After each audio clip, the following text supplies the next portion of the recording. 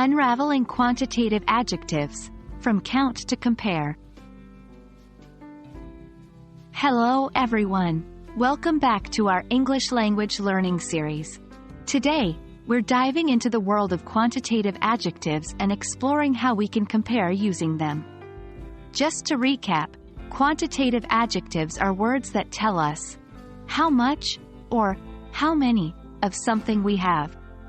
Examples are 10, many, few, all. But did you know we can use them to compare too? Let's get started. Quantitative adjectives, as the name suggests, quantify nouns. They give us information about the number or amount of something. Remember, they always answer the question, how much? Or, how many?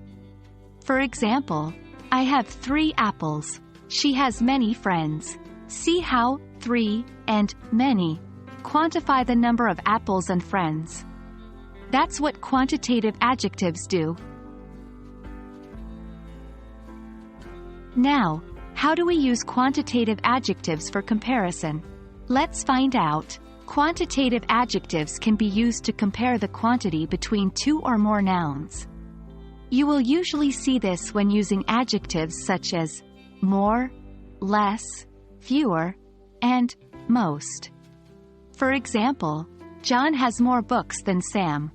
There are fewer people here today than yesterday. In these sentences, more and fewer are used to compare the number of books John has with Sam, and the number of people present today versus yesterday. Let's put this into practice. I will give you sentences and your task is to fill in the blanks with appropriate quantitative adjectives. 1. She has blank friends than I do. 2.